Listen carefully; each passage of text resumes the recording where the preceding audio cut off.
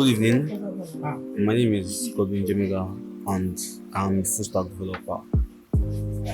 Today we'll be taking a tutorial on how to integrate Appwrite in your SvelteKit app. Now, the app we're going to build today is just basically an authentication app, just to give you an idea of how SvelteKit and Appwrite can work together in your app. Now, first, I'll be explaining what SvelteKit is and what Appwrite is. Now, I have a GitHub repo I created for this tutorial. I will paste the links in the comments, or you'll probably see the links somewhere down in the comments, and to direct you to a GitHub repo called AppKit that I created for the purpose of this tutorial, so that you can go back and actually access the code and other commands I used. And the article is also on dev.to. Now, first things first is, what is SvelteKit? Now, SvelteKit is just basically a web development framework that is built on top of Svelte. Now, what is Svelte? Svelte is a very popular front-end JavaScript framework. It has been really popular among developers in the last few years, and it's very similar to other frameworks you might know, like React, Vue.js, etc. Now, it just basically simplifies the process of building high-performance, scalable web applications by providing a range of tools. Now, SvelteKit is basically the SSR type of notation for Svelte, just like the way you have Nox and Next for other frameworks. Now that we know what SvelteKit is, now what is Appwrite? So Appwrite is a backend server software. It is open source and it provides you with different tools so you can build serverless and scalable applications. It provides you with authentication and user management. You can sign users in with various providers like your normal email password, Google, Apple, Facebook, GitHub. Provides database management, storage, cloud functions, and APIs you can access in your app. Now, for the installation part, how are you going to install SvelteKit? Well, SvelteKit can be installed through various package managers like npm, yarn, or pnpm. But for the purpose of this tutorial, I will be using pnpm. Now, pnpm is like every other package manager you might know out there, like npm, yarn. It has the same functions, just probably a difference in syntax, as you might see here, but it shouldn't be too much of a problem. Now, first, we want to create our SvelteKit app. We'll use a tool named Vite. If you haven't heard of Vite before, it's a very good alternative to Webpack and other stuff, and it's really good. You should try it. So first, we run our command pnpm create Vite, or if you use npm, is npm create Vite or yarn, as you can see right here. Now, it will give us some dialogues. First, we'll give the name of our app. Now, the first thing is the name of our app, as you have seen from this screenshot from my terminal. Now, I named the app AppKit. I selected Svelte as my framework, and the variant of Svelte, I have three options: that to use the JavaScript variant, the TypeScript variant, or SvelteKit. Now, I'll go along with SvelteKit. Now, when we have selected the SvelteKit option, we should have another dialog that tells us which app templates we want. Either we want the demo project, the skeleton project, or the library project. Now, we'll go with the skeleton project because we want to build our app from the ground up. Just to show you how. And you should know that we won't be using TypeScript for this project. We will only be using JavaScript for obvious reasons for that do not use TypeScript. So When we selected all that, our project should be created. Now we will navigate into the directory of our projects. My directory is called AppKit, and we'll install all dependencies. If you use npm, it is just npm install or yarn install, but I use pnpm, so it is pnpm install. So when we have installed our dependencies, we can actually run the app using the dev command. Now when we use the dev command, it should run the app in the development mode and point us to a URL. Default URL should be localhost 5173 being our port. Now when we navigate to this in our browser, we should see a basic SvelteKit page that tells us welcome to SvelteKit with a link to the documentation. You can click the link if you want to hear more about SvelteKit. And next, we'll configure Docker. If you don't have Docker installed, you can install it. The link is right in the repo. Now, before we actually run our app in Docker, we'll have to install the node adapter for SvelteKit. Now, this node adapter basically lets our app run on Node.js environments. SvelteKit has adapters that let you run on different platforms with different kind of packages and stuff. But we want to run our app on Node.js, so we'll install the adapter node for SvelteKit. Then we'll go into our svelte.config.js as in here and modify it. Everything is right there in the repo in case you need it, or you can just pause this if possible and go along with it. So next, we have to write a Docker file, but before we write our Docker file, we need to ignore the files and the directories we do not want in our app. Now, if you have used Git before, this should be quite familiar to you in the form of like a Git ignore, but this time it's a Docker ignore. We ignore every single file we do not need in our Docker container. So we are ignoring different things like VS Code, our node modules, Git attributes, etc. Now when we have done that and saved the file, it's now time to write our Docker file. So as first, the first line you see here just specifies that we want to run our Docker container with a lightweight Node.js image. Now this is noticing app and you can use other node versions, but this is the official Node.js image that we are using.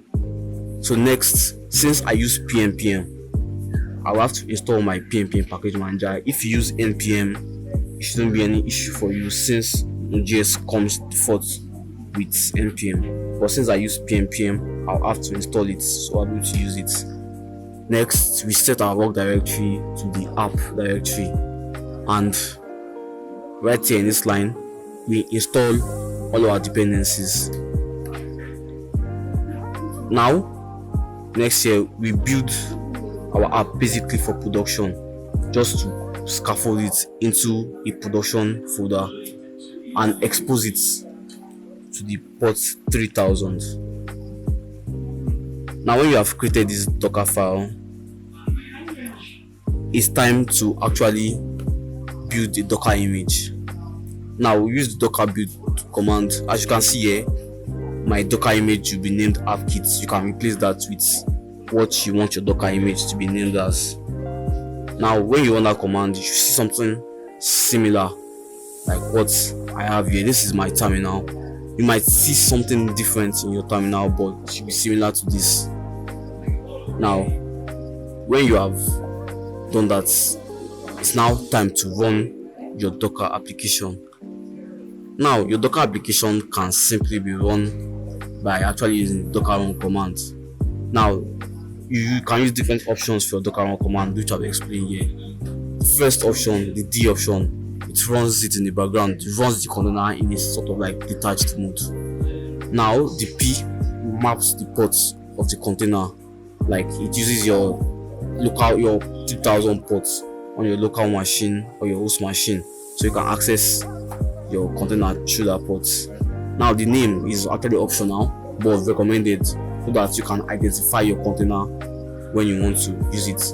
And quick tip, it might be beneficial for you to install the Docker desktop app or Docker extension for VS Code so you can easily identify your Docker containers and work with them better.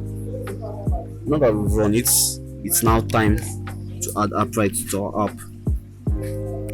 Now it's time to install Appwrite. So to install Appwrite on our app, we can use the docker run command. Now, as you can see here, there are three options. First one is for Unix systems like Linux or Mac. I personally use Linux, so the first command will be for me. But for most people using Windows, you can run the second command in your CMD. All this is on the repo or on Appwrite's documentation. You can easily get it there, but you just have to run the commands based on what operating system you are running on. Now when it has installed, it's time to set up our Appwrite project. Now in our app, we have to add the Appwrite.js. Let's add the Appwrite package into our app first. Then when we have done that, it's time to create an Appwrite.js folder.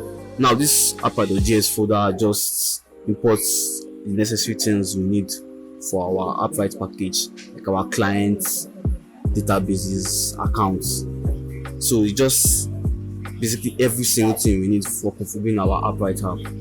So as you can see here, first line, I import all the necessary classes I need, and I set the endpoint of my project. As you can see, it was on my local machine, so I set it to localhost version 1. Now your project should be your project ID. You should have signed up on Appwrite earlier to be able to use it. So you'll be given a secret project ID which you use in your app. Now the next thing you need is to actually define a client. Now the client should be an Appwrite function, and your account should be an account function with the client as an argument. Now don't worry if you don't understand all this, it's all in the repo. You can go over the code and use it anyhow you want. And now that we have configured Appwrite, it is time to set up our user authentication. So first, what we'll be doing is creating a Svelte store. Now we can navigate to our source folder, our SRC folder, and create a new file called store.js. Now in this file, don't worry, I'll go over this code in a minute, but it's all on my repo in case you actually need more time with it. Now first things first, you need to create the createState function. Now this createState function, it just basically returns an object that has various methods for handling our authentication, like our sign up, our login, our logouts. Now everything is right here. Remember that we are using our Appwrite file we created earlier as our SDK. Now in case you want to learn more about Svelte stores, you can go on the SvelteKit documentation, and you will see everything you need right there. So like just everything here just imports our SDK from the Appwrite.js file that I created before and sets up our sign up process that uses our email, password, name, the user that returns the user's account, the login, creates an email session with the email and password that we used before for the sign up, and the logout function that deletes the user session we created with the login.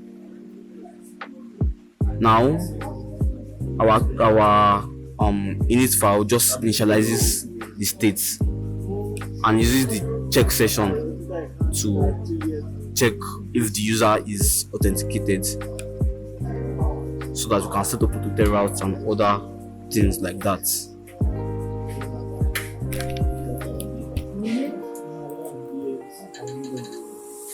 So next we'll create our login and sign up pages. But first you need to create 3 SvelteKit routes. Now, as I said earlier, you can see everything you need on SvelteKit on documentation. Now you can also go to the repo. All the links are there, every single code. As you can see, I'm reading from the repo. Now we create our sign up page. Now this sign up page, this is just basically what our sign up page does. Now what does it do? First, it just creates a simple sign up page. That script first, it imports the go to function. This function is just basically SvelteKit navigation function, so you can navigate to other routes from our JavaScript. Now we just import the state we created back here in this store.js file, and just defines different variables for our email, name, passwords, confirm password, and other stuff that I'll be using right in this form. Now this handle submit form just handles the submission of the form. What it just basically does, as you can see here, it checks the password against the confirmed password. These are 2 form inputs, right? They should be around here. 2 form inputs. They actually check if the password and confirmed password inputs are the same. Then if they are not, it alerts a password does not match. Yeah, but if it works, it actually signs up the user. Now we are communicating with our backend. As you know, we imported the state from the store, and the store uses our Appwrite SDK we set up back here, up here. So it signs up our user with the information that we used in our input files here, and just, or if it does not work, if there's an error that's not foreseen, it alerts the error message. Now when it signs up, it uses this go to that we imported from our navigation right here to go into our app. So you don't have to go over all these styles, just JavaScript we need. Everything right here will be on the repo here. Now for our login page, it's very similar. We import our navigation, we import the states, and we set our variables. This time just email and password, since the user is already signed up and does not need to confirm their password again. So on the handle submit, we log in the user with the states. Remember that we created a login function right here in our states. It uses the email and password. Now it's the same thing that works right here with our login email and password. When it logs the user in, it navigates the app, and if there's any unforeseen error, it alerts the error message. Now this app page is just basically our app page, just a blank page that shows that the user is logged in. Now our navigation as usual, our states and all. Now this unmounts just basically tells like when the app has been mounted into the browser.